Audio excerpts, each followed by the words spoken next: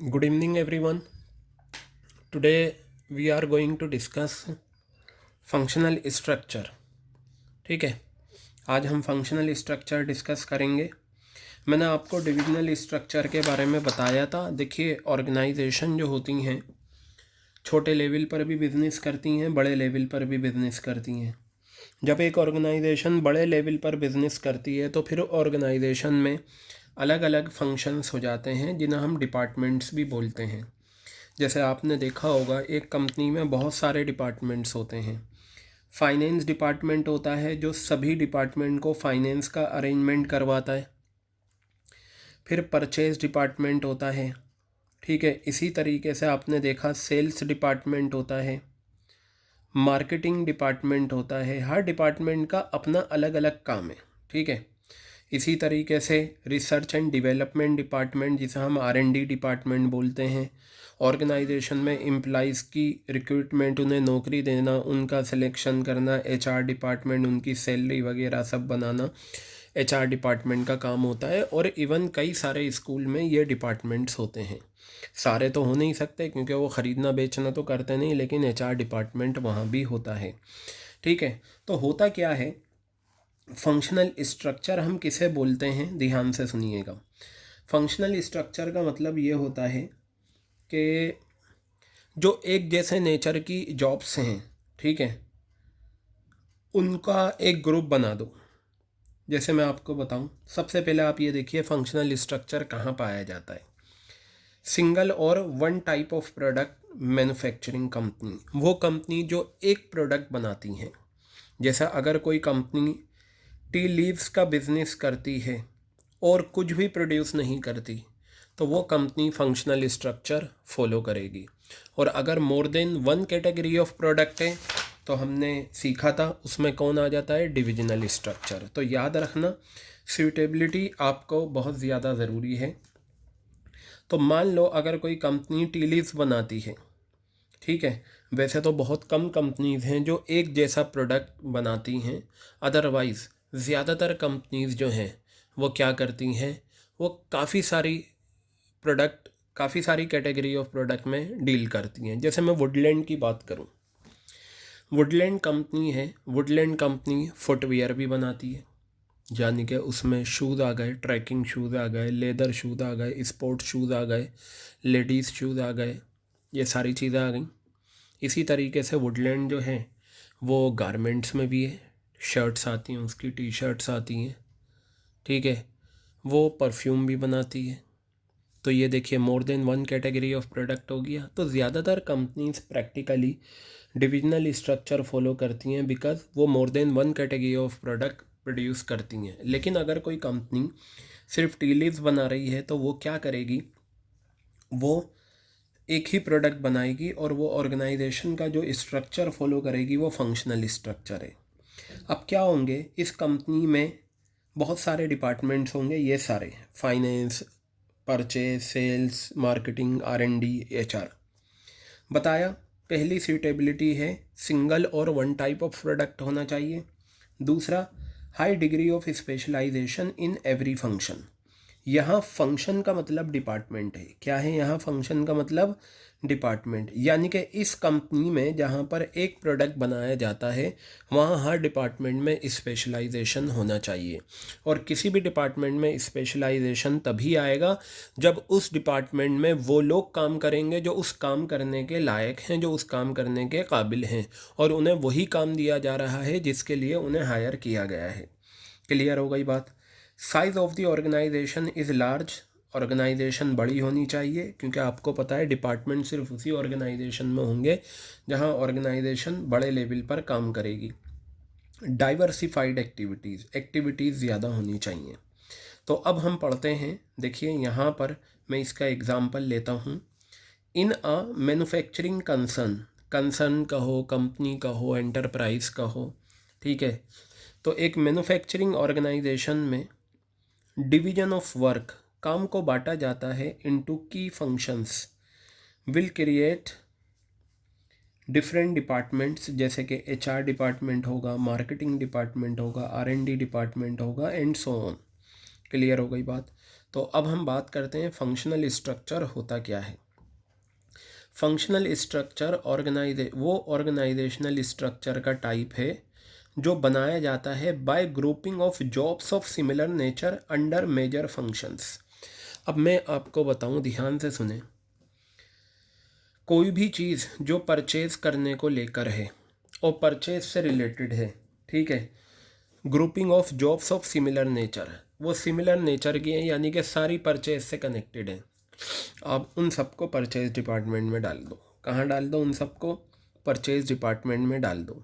Similarly employees की salary बनानी है, एम्प्लॉइज़ ने छुट्टी करी तो उनका क्या करना है, हमें लीव का अमाउंट काटना है। एम्प्लॉइज़ को लीव सेंक्शन करनी है, नए एम्प्लॉइज़ का रिक्रूटमेंट है, उनका सिलेक्शन है, उनकी ट्रेनिंग है।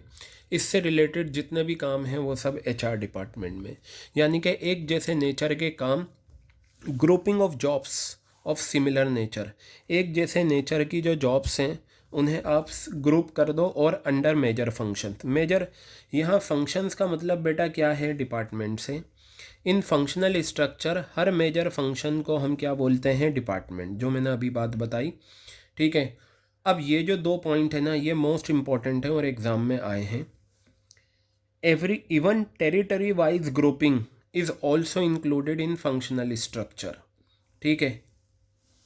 जैसे कि north region, south region, west region, ये ज़रूर याद कर लेना, ये एक बार आ चुका है। तो पता चला फंक्शनल स्ट्रक्चर बेसिकली क्या है। वो ऑर्गेनाइजेशन फॉलो करती हैं जहाँ पर एक प्रोडक्ट बनाया जाता है, ठीक है। जहाँ एक प्रोडक्ट बनाया जाएगा वहाँ पर फंक्शनल स्ट्रक्चर फॉलो होगा। सूटेबिलिटी मैंने बता दी। अब आप यहाँ देखिए, डिविजनल स्ट्रक्चर का जो फ़ायदा था वो था प्रोडक्ट स्पेशलाइजेशन, क्योंकि यहाँ पर more than one category of product है। यहाँ पर प्रोडक्ट एक ही है, अलग अलग डिपार्टमेंट्स हैं, तो यहाँ बन जाता है फंक्शनल स्पेशलाइजेशन, ठीक है। अब बेटा ये बताओ, सेल्स डिपार्टमेंट है। सेल्स डिपार्टमेंट में 15 एम्प्लॉइज़ हैं जो काम करते हैं। वो रोज़ाना आते हैं और वो सेल्स करते हैं और कोई काम नहीं करते। तो मुझे ये बताओ, जब कोई इंसान रोज़ाना वो काम करेगा जो वो करना जानता है, तो बताइए इससे स्पेशलाइजेशन आएगा या नहीं? आप ये मत कहना कि एक जैसा काम करने से बोर भी हो जाएंगे। हम यहाँ बोरिंग वाला एस्पेक्ट नहीं देख रहे, हम यहाँ ये देख रहे हैं कि वो इंसान जो सेल्स डिपार्टमेंट में काम करता है, ठीक है, अगर कोई इंसान सेल्स डिपार्टमेंट में काम करता है और वो रोज़ाना वही काम कर रहा है, तो इससे सेल्स डिपार्टमेंट का स्पेशलाइजेशन बढ़ेगा। वही बात बताई, employees have to do similar task within a department. एक डिपार्टमेंट में एम्प्लॉइज़ को एक जैसा काम करना पड़ता है। इससे क्या होता है? उनकी परफॉर्मेंस सुधरती है। क्लियर हो गई बात? अब आ जाओ एफिशिएंसी। बेटा ये बिल्कुल सही बात है।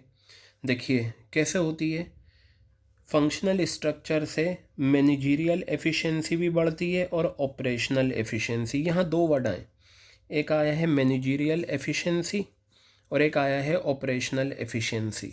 दोनों में क्या डिफरेंस है नीचे बताया।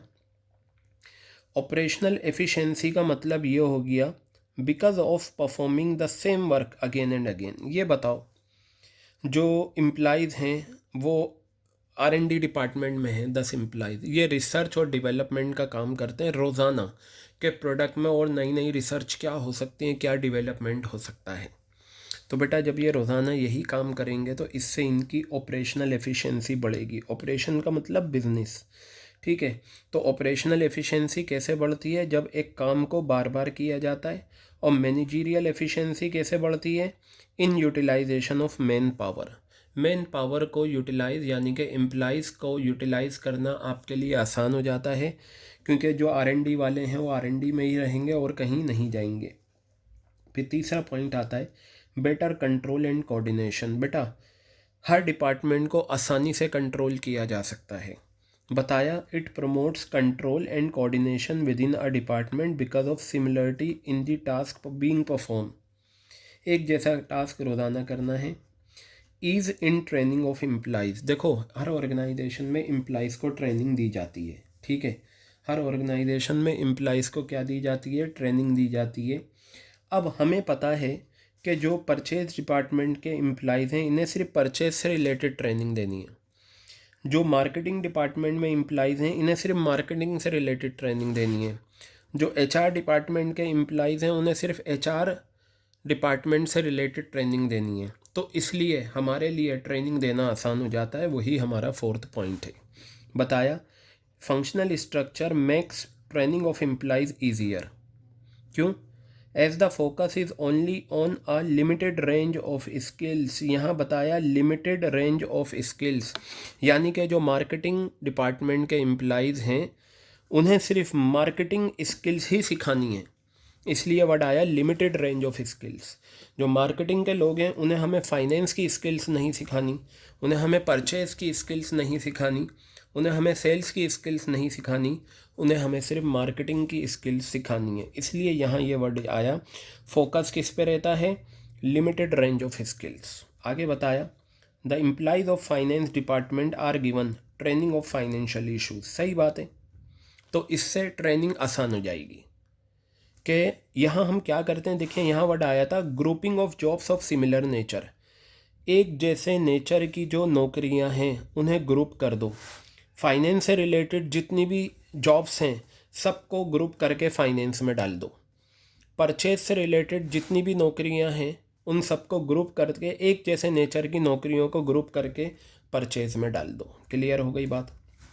आगे बताया minimum duplication of efforts. In this type of organisation unnecessary duplication of efforts is eliminated. For example the function of finance is only carried out by finance department. यानी कि फाइनेंस का जो वो है फंक्शन वो सिर्फ फाइनेंस डिपार्टमेंट करेगा, इसलिए एफर्ट्स का डुप्लीकेशन यानी कोई दोबारा से डुप्लीकेट का मतलब क्या होता है? ओरिजिनल की डुप्लीकेट। तो इसमें फंक्शनल स्ट्रक्चर में ऐसा नहीं होता। क्यों? क्योंकि फाइनेंस का काम सिर्फ फाइनेंस वाला करता है, कोई और नहीं कर सकता, इस वजह से डुप्लीकेशन नहीं होगा। क्लियर हो गई बात ये? अब बेटा लास्ट पॉइंट है attention. It ensures that different functions get due attention. Functions का मतलब हो गया डिपार्टमेंट्स। फंक्शनल स्ट्रक्चर में हर डिपार्टमेंट को एक प्रॉपर अटेंशन मिलती है। क्लियर हो गई बात ये? तो बेटा अब हम आते हैं इसके डिसएडवांटेजेस की तरफ, देखते हैं। अब देखिए सबसे पहला इसका पॉइंट है इग्नोरेंस ऑफ ऑर्गेनाइजेशनल ऑब्जेक्टिव्स। ठीक है, देखिए आपने अभी सीखा फंक्शनल स्ट्रक्चर में अलग अलग डिपार्टमेंट्स होते हैं। हर डिपार्टमेंट जो है, ठीक है, हर डिपार्टमेंट का हेड अपने हिसाब से अपनी विल के अकॉर्डिंगली काम करता है। बताया each departmental head works according to his will. हर डिपार्टमेंट का हेड जो है वो अपनी विल के अकॉर्डिंगली चलता है। They always give more importance. ठीक है, ये जो डिपार्टमेंटल हेड होते हैं ये इम्पोर्टेंस देते हैं अपने डिपार्टमेंटल ऑब्जेक्टिव्स को, इसलिए ऑर्गेनाइजेशनल ऑब्जेक्टिव जो होता है वो सफ़र होता है। क्या होता है? ऑर्गेनाइजेशनल ऑब्जेक्टिव सफ़र होता है। क्यों? क्योंकि ये सिर्फ अपने डिपार्टमेंट के ऑब्जेक्टिव्स को इम्पोर्टेंस देखते हैं। इनफ्लेक्सिबिलिटी इन functional structure implies develop narrow perspective, यानी कि वो सिर्फ अपने डिपार्टमेंट की तरफ सोचते हैं, इसलिए उनका पर्सपेक्टिव नैरो होता है।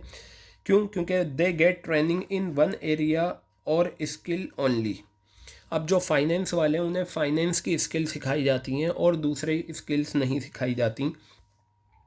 दे can't be transfer to other departments, उन्हें दूसरे डिपार्टमेंट्स में हम ट्रांसफ़र नहीं कर सकते। फाइनेंस वाले फाइनेंस में रहते हैं, ठीक है, उन्हें सिर्फ एक एरिया फाइनेंस की स्किल सिखाई जाती हैं, उन्हें दूसरे डिपार्टमेंट्स में ट्रांसफ़र नहीं किया जाता। तीसरा पॉइंट है प्रॉब्लम्स ऑफ कोऑर्डिनेशन, तालमेल बिठाना। इट में lead to problems in coordination because information has to be exchange across functionally differentiated departments. Information सभी तरफ जाती हैं, इसलिए तालमेल बिठाना मुश्किल होता है। Conflict of interest, a conflict of interest में arise when the interest of two और more departments are not compatible. देखिए कैसे?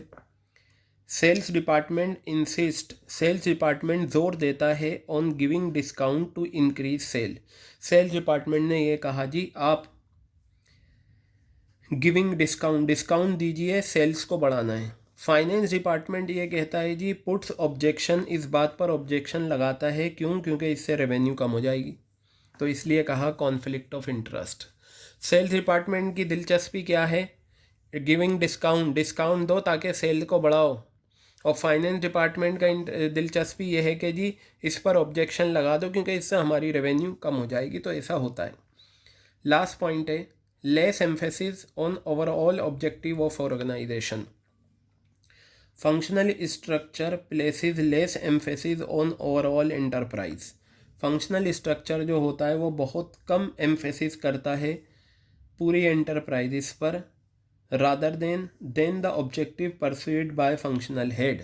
इसमें होता क्या है, ऑर्गेनाइजेशनल ऑब्जेक्टिव्स पे कम ध्यान दिया जाता है और अलग अलग डिपार्टमेंट के हेड अपने डिपार्टमेंट के ऑब्जेक्टिव्स पे ज़्यादा ध्यान देते हैं।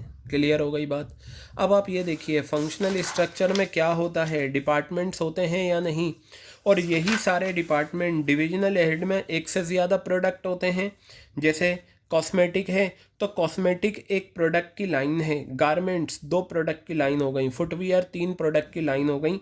तो ये कहलाएंगी more than 1 category of product. और इसमें कॉस्मेटिक में सारे डिपार्टमेंट्स पाए जाएंगे, गारमेंट्स में सारे डिपार्टमेंट्स होंगे, फुटवियर में सारे डिपार्टमेंट्स होंगे। इसलिए हम कहते हैं कि डिविजनल स्ट्रक्चर में फंक्शनल स्ट्रक्चर पाया जाता है। क्लियर हो गई बात? तो बेटा ये था आपका फंक्शनल स्ट्रक्चर जो आज की क्लास में हमने करा। देख लीजिए एक बार ऑर्गेनाइजेशनल स्ट्रक्चर की डेफिनेशन क्या होती है। ऑर्गेनाइजेशनल स्ट्रक्चर वो फ्रेमवर्क है जिसमें within which all managerial and non managerial task are perform. ये ढांचा है ऑर्गेनाइजेशन का। ठीक है, organisational structure determines style of working. काम कैसे होना है ये बताता है। हाँ, 1 नंबर में बहुत इंपॉर्टेंट पॉइंट आता है स्पेन ऑफ मैनेजमेंट या स्पेन ऑफ कंट्रोल। ये याद रखना, स्पेन ऑफ मैनेजमेंट या स्पेन ऑफ कंट्रोल क्या होता है। स्पेन ऑफ मैनेजमेंट का मतलब होता है number of subordinates that can be effectively manage by a superior. बस आप इसकी डेफिनेशन ऐसे याद रखें, एक सुपीरियर एक मैनेजर कितने एम्प्लॉइज़ को इफ़ेक्टिवली मैनेज कर सकता है, इसे हम स्पेन ऑफ मैनेजमेंट कहते हैं। क्या कहते हैं हम इसे? स्पेन ऑफ मैनेजमेंट कहते हैं। क्लियर हो गई बात ये? तो बेटा ये था ऑर्गेनाइजेशनल स्ट्रक्चर और स्पेन ऑफ मैनेजमेंट जो है वो एक इम्पॉर्टेंट डेफिनेशन है किसकी? इसकी आ गई। अब बेटा हम देखते हैं ऑर्गेनाइजेशन का प्रोसेस। जैसे प्लानिंग प्रोसेस है, कंट्रोलिंग प्रोसेस है, स्टाफिंग प्रोसेस है, डायरेक्टिंग में प्रोसेस नहीं है, और ऑर्गेनाइजेशन। मैनेजमेंट के 5 फंक्शन में से 4 फंक्शंस के प्रोसेस हैं, एक डायरेक्टिंग का प्रोसेस नहीं है। और प्रोसेस की जो सिचुएशन होती है, प्रोसेस में जो हम स्टेप्स फॉलो करते हैं वो एक जैसे होते हैं बेटा। मतलब पहले ये आएगा, फिर दूसरा, फिर तीसरा, फिर चौथा। तो चलिए देखते हैं ऑर्गेनाइजेशन प्रोसेस क्या होता है। सबसे पहले identification and division of work. आप आइडेंटिफाई करो और काम को डिवाइड करो, डिवीजन करो उसका। देखते हैं क्या है। The organising function begins, organisation का फंक्शन बिगिंस होता है division of total work into smaller units. Total work को स्मॉलर यूनिट्स में बांट दो। आपने वो करा था ना हेनरी फ्यूल का प्रिंसिपल डिवीजन ऑफ वर्क।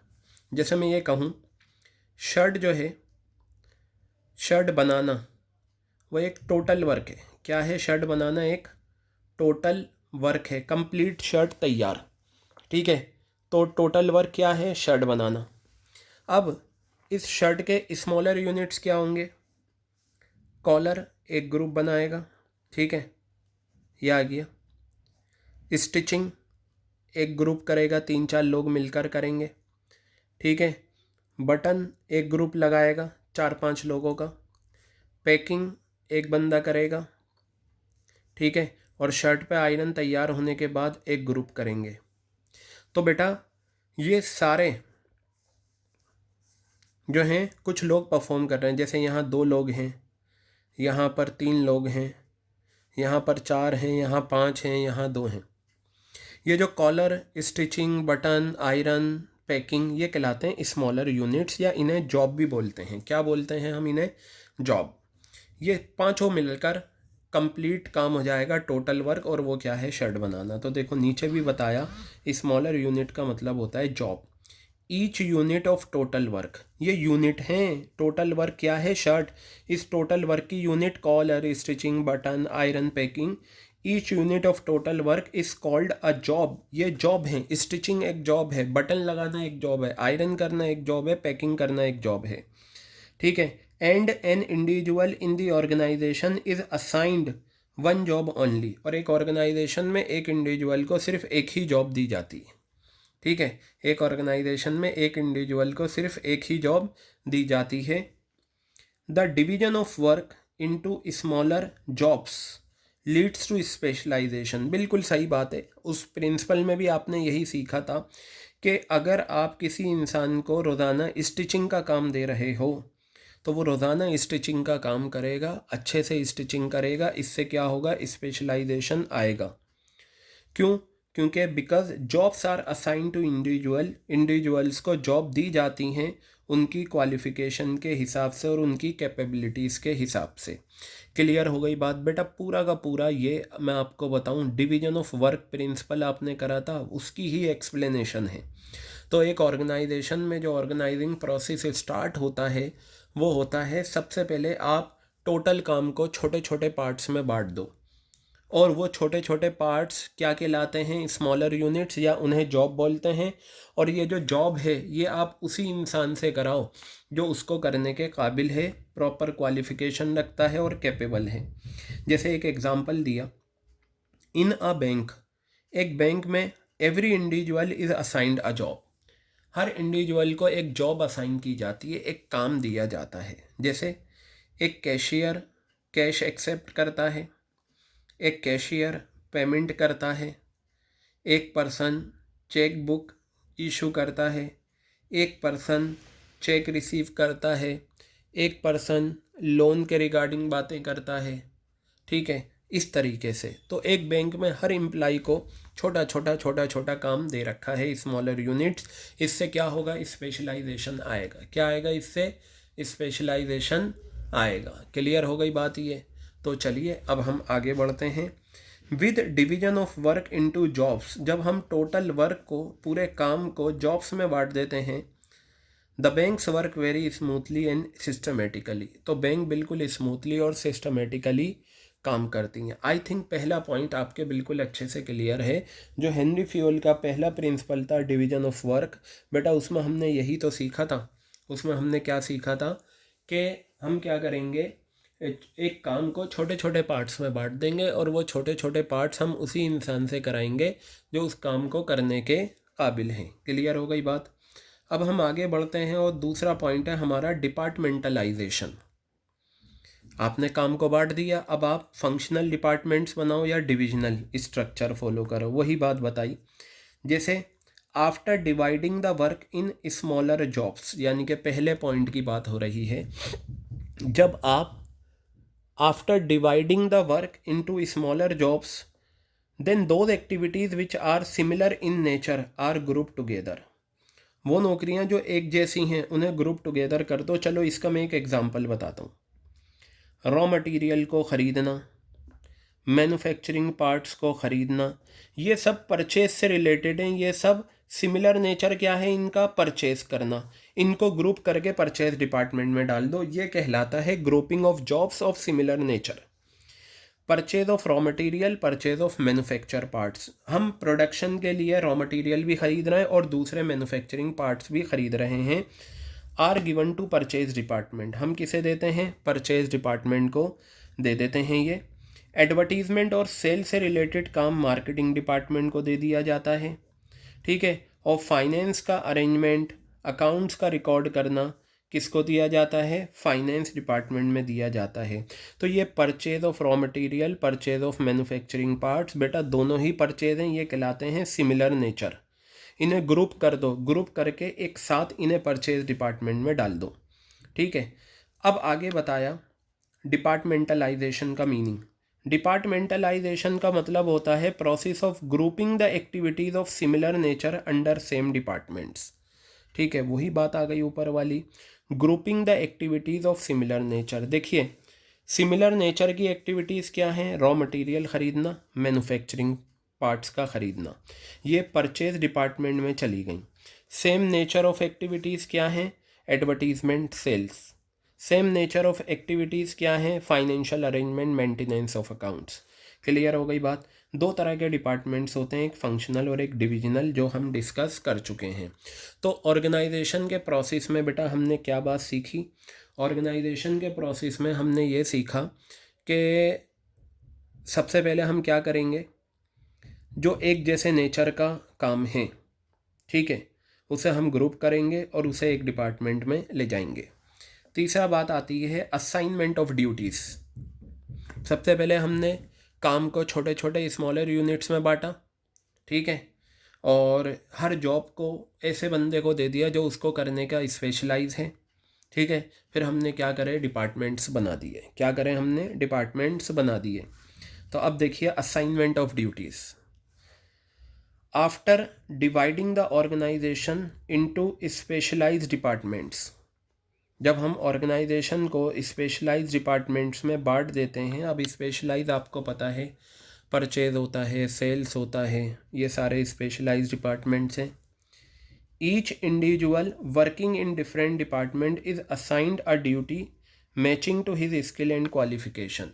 यानी कि जितने भी लोग अलग अलग डिपार्टमेंट्स में काम कर रहे हैं, उनको उनके स्पेशलाइजेशन के हिसाब से ही क्या दिया जाता है, उनकी स्किल्स के हिसाब से काम दिया जाता है। The work is assigned according to the ability of individual. Individual की एबिलिटी के हिसाब से उसे काम दिया जाता है। Employees are assigned duties by giving them a document called job description. Employees को नौकरी दी जाती है और क्या दिया जाता है, एक जॉब डिस्क्रिप्शन उन्हें दिया जाता है। इसमें क्या लिखा होता है जॉब डिस्क्रिप्शन में? Contents and responsibilities related to the job, ठीक है। कंटेंट्स और रेस्पॉन्सिबिलिटीज़ होती हैं जो वो करते हैं। तो सबसे पहले डिवीज़न ऑफ वर्क करो, फिर उसके बाद सिमिलर नेचर की जॉब्स को एक डिपार्टमेंट में डाल दो, ड्यूटीज़ असाइन कर दो कैपेबिलिटीज़ और स्किल्स के हिसाब से। अब आता है इस्टेब्लिशिंग रिपोर्टिंग रिलेशनशिप। ये लास्ट स्टेप है। This step is to allocate authority and responsibility among employees. करा था ना डेलीगेशन और डिसेंट्रलाइजेशन, तो वही चीज़ है। ये स्टेप ये कहता है कि आप ऑथोरिटी दो, जिम्मेदारी दो एम्प्लॉइज़ में इस तरह के कि हर पर्सन ये जाने कि उसे किसको रिपोर्ट करना है, किसके लिए वो रिस्पॉन्सिबल है। तो अथॉरिटी होने की वजह से इंडिविजुअल अच्छा परफॉर्म करेंगे अपनी जॉब को, और हर इंसान ये जानेगा कि उसे किसे रिपोर्ट करना है। तो बेटा ये जो आपका था, ये आपका ऑर्गेनाइजिंग प्रोसेस था जो हमने डिस्कस करा, ठीक है। ऑर्गेनाइजिंग प्रोसेस हमारा बहुत सिंपल है, ये हमने डिस्कस करा है। इसके बाद हम ऑर्गेनाइजेशनल स्ट्रक्चर, फंक्शनल, डिविजनल हम कर चुके हैं, डेलीगेशन, डिसेंट्रलाइजेशन हम कर चुके हैं। बस इसका एक छोटा सा टॉपिक बचा है आपका, ऑर्गेनाइजेशन क्या होती है वो हम पढ़ लेंगे, ठीक है। इम्पोर्टेंस है, ये करने के बाद आपका ऑर्गेनाइजिंग का टॉपिक भी कंप्लीट हो जाएगा।